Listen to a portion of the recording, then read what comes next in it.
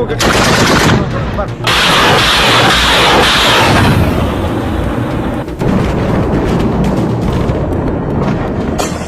पुस्तक वड़ा शाबाश चला। अल्हम्दुलिल्लाह अल्हम्दुलिल्लाह। 21 फरवरी की सुबह शुरू हुआ तनाव धीरे धीरे एक ऐसे भूकंप में बदलता दिखाई दिया जिसने पूरे क्षेत्र की राजनीति, सुरक्षा संतुलन और कूटनीतिक समीकरणों को हिलाकर रख दिया। शुरुआत सीमित झड़पों, आरोप प्रत्यारोप और सीमावर्ती गतिविधियों से हुई, लेकिन कुछ ही दिनों में यह मामला कंधार से लेकर सीमावर्ती पहाड़ी इलाकों तक फैल गया। अफगान पक्ष की ओर से प्रवक्ता जमीन लाभ मुजाहिद ने दावा किया कि पाकिस्तान की कार्रवाई में 200 से अधिक लोग मारे गए, हालांकि उन्होंने विस्तृत प्रमाण सार्वजनिक नहीं किए। दूसरी ओर पाकिस्तान ने इन आरोपों को बढ़ा चढ़ाकर पेश किया गया, बताया और कहा कि उसकी कार्रवाई आतंकवादी ठिकानों के खिलाफ थी, न कि आम नागरिकों के खिलाफ। सच क्या है? यह अभी भी दावों और प्रतिदावों के बीच उलझा हुआ है, लेकिन इतना स्पष्ट है कि इस घटनाक्रम ने दोनों देशों के बीच पहले से मौजूद अविश्वास को और गहरा कर दिया है। अफगानिस्तान और पाकिस्तान के संबंधों का इतिहास जटिल रहा है। 1947 में पाकिस्तान के निर्माण के बाद से ही डूरंड रेखा को लेकर विवाद बना रहा। अफगानिस्तान ने लंबे समय तक इस सीमा को औपचारिक रूप से मान्यता नहीं दी, जबकि पाकिस्तान इसे अंतर्राष्ट्रीय सीमा मानता है। यही सीमा आज भी कई झड़पों और तनाव का केंद्र है। पिछले कुछ वर्षों में जब अफगानिस्तान में सत्ता परिवर्तन हुआ और तालिबान ने काबुल पर नियंत्रण स्थापित किया, तब पाकिस्तान को उम्मीद थी कि उसके संबंध अधिक स्थिर और सहयोगात्मक होंगे, लेकिन घटनाक्रम ने अलग ही दिशा ले ली। सीमा पार हमलों, तहरीक ए तालिबान पाकिस्तान टीटीपी की गतिविधियों और शरण स्थलों के आरोपों ने दोनों देशों को आमने सामने खड़ा कर दिया। 21 फरवरी की घटना को पाकिस्तान ने अपने सुरक्षा हितों की रक्षा के लिए आवश्यक कदम बताया। कुछ रिपोर्टों में इसे ऑपरेशन गजब जैसा नाम दिया गया, हालांकि आधिकारिक पुष्टि स्पष्ट नहीं थी। पाकिस्तान का दावा था कि उसकी खुफिया एजेंसियों को पुख्ता जानकारी मिली थी कि सीमावर्ती अफगान इलाकों में ऐसे समूह सक्रिय हैं जो पाकिस्तान के भीतर हमलों की योजना बना रहे हैं। जवाबी कार्रवाई में हवाई और जमीनी दोनों स्तरों पर ऑपरेशन किए गए। अफगान पक्ष ने इसे संप्रभुता का उल्लंघन बताया और कहा कि यह अंतर्राष्ट्रीय कानून के खिलाफ है। कंधार, जो ऐतिहासिक और सामरिक दृष्टि से बेहद महत्वपूर्ण है, इस तनाव का प्रतीक बन गया। कंधार न केवल तालिबान आंदोलन का पारंपरिक गढ़ माना जाता है, बल्कि यह पाकिस्तान से जुड़े कई व्यापारिक और परिवहन मार्गों के लिए भी अहम है। जब वहां विस्फोटों और हवाई हमलों की खबरें आईं, तो पूरे क्षेत्र में भय और अनिश्चितता फैल गई। स्थानीय निवासियों ने सीमावर्ती इलाकों से पलायन शुरू कर दिया। मानवीय संगठनों ने चेतावनी दी कि यदि स्थिति नहीं सुधरी तो पहले से संकटग्रस्त अर्थव्यवस्था और अधिक दबाव में आ जाएगी।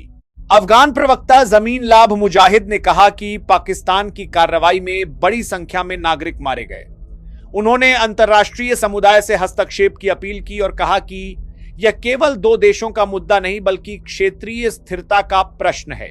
पाकिस्तान ने इन आरोपों का खंडन करते हुए कहा कि उसके निशाने सटीक थे और केवल उग्रवादी ठिकानों को लक्ष्य बनाया गया। दोनों पक्षों की बातों के बीच सच्चाई धुंधली है, क्योंकि स्वतंत्र जांच की पहुंच सीमित है। इस घटनाक्रम का एक महत्वपूर्ण पहलू यह भी है कि यह ऐसे समय में हुआ जब अफगानिस्तान अंतर्राष्ट्रीय मान्यता और आर्थिक राहत की कोशिश कर रहा था। कई देश अभी भी तालिबान सरकार को औपचारिक मान्यता देने से हिचक रहे हैं। ऐसे में सीमावर्ती संघर्ष ने कूटनीतिक प्रयासों को और जटिल बना दिया। पाकिस्तान स्वयं आर्थिक चुनौतियों से जूझ रहा है और उसे क्षेत्रीय स्थिरता की आवश्यकता है, लेकिन सुरक्षा चिंताओं ने उसे कठोर कदम उठाने के लिए प्रेरित किया। सीमा पार उग्रवाद का मुद्दा दोनों देशों के लिए संवेदनशील है। पाकिस्तान लंबे समय से आरोप लगाता रहा है कि अफगान भूमि का उपयोग उसके खिलाफ हमलों के लिए किया जाता है। वहीं अफगानिस्तान का कहना है कि पाकिस्तान भी अतीत में विभिन्न समूहों को समर्थन देता रहा है। यह आरोप प्रत्यारोप का चक्र दशकों पुराना है और हर नई घटना इसे और गहरा कर देती है। इस तनाव का असर केवल सैन्य या राजनीतिक स्तर तक सीमित नहीं है। व्यापार, ट्रांजिट और मानवीय सहायता भी प्रभावित होती है। तुर्कहम और चमन जैसे प्रमुख सीमा पार बिंदुओं पर आवागमन में रुकावट आती है तो दोनों ओर के व्यापारियों और आम नागरिकों को नुकसान होता है। अफगानिस्तान की अर्थव्यवस्था पहले से ही प्रतिबंधों और सहायता में कमी से जूझ रही है। ऐसे में सीमा बंद होने या संघर्ष बढ़ने से खाद्य और ईंधन की आपूर्ति पर असर पड़ सकता है। क्षेत्रीय शक्तियों की भूमिका भी महत्वपूर्ण है।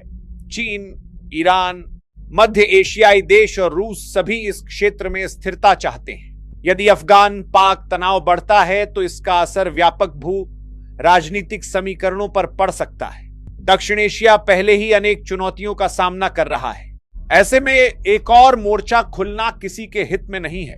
सुरक्षा विश्लेषकों का मानना है कि यह संकट संवाद की विफलता का परिणाम है। यदि खुफिया सूचनाओं को साझा करने और संयुक्त तंत्र बनाने पर पहले से काम हुआ होता तो स्थिति इतनी न बिगड़ती। दूसरी ओर कुछ विशेषज्ञों का तर्क है कि दोनों देशों के भीतर आंतरिक राजनीतिक दबाव भी कठोर रुख अपनाने के पीछे कारण हो सकते हैं।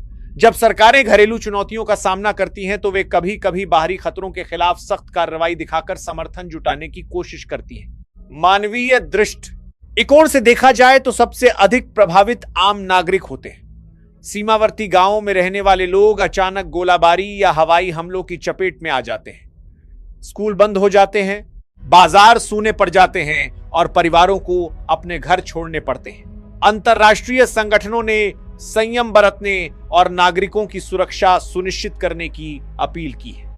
यदि यह तनाव नियंत्रित नहीं हुआ तो यह व्यापक संघर्ष का रूप ले सकता है। हालांकि दोनों देशों के पास पूर्ण युद्ध में जाने की क्षमता और संसाधन सीमित हैं, फिर भी सीमित सैन्य टकराव भी लंबे समय तक अस्थिरता पैदा कर सकता है। कूटनीतिक चैनल खुले रखना इसलिए आवश्यक है। बैक चैनल, बातचीत, सैन्य हॉटलाइन और क्षेत्रीय मंचों के माध्यम से संवाद संभावित समाधान का मार्ग हो सकते हैं। इतिहास बताता है कि अफगानिस्तान और पाकिस्तान के संबंध उतार चढ़ाव से भरे रहे हैं। कभी सहयोग, कभी प्रतिस्पर्धा और कभी खुला विश्वास। इन सब के बीच स्थिरता दुर्लभ रही है। वर्तमान संकट उसी लंबे इतिहास की एक कड़ी है, लेकिन इसकी तीव्रता इसे अलग बनाती है। 21 फरवरी से शुरू हुई घटनाओं की श्रृंखला ने यह स्पष्ट कर दिया है कि सीमावर्ती तनाव कितनी तेजी से बड़े संकट में बदल सकता है। आगे का रास्ता कठिन है लेकिन असंभव नहीं। विश्वास निर्माण के उपाय, संयुक्त निगरानी तंत्र और पारदर्शी जांच इस दिशा में कदम हो सकते हैं। अंतर्राष्ट्रीय समुदाय भी मध्यस्थता की भूमिका निभा सकता है, बशर्ते दोनों पक्ष इसके लिए तैयार हों। अंततः यह समझना होगा कि स्थिरता और शांति दोनों देशों के हित में है। निरंतर संघर्ष किसी भी पक्ष को स्थायी लाभ नहीं देगा, बल्कि क्षेत्रीय विकास और सुरक्षा को ही कमजोर करेगा। इस पूरे घटनाक्रम ने दुनिया का ध्यान फिर से अफगान पाक सीमा की ओर खींचा है। यह केवल दो देशों का विवाद नहीं, बल्कि दक्षिण और मध्य एशिया की व्यापक स्थिरता से जुड़ा प्रश्न है। यदि संवाद और संयम को प्राथमिकता दी गई तो यह संकट एक चेतावनी बनकर रह सकता है, लेकिन यदि आक्रामकता और अविश्वास हावी रहे तो यह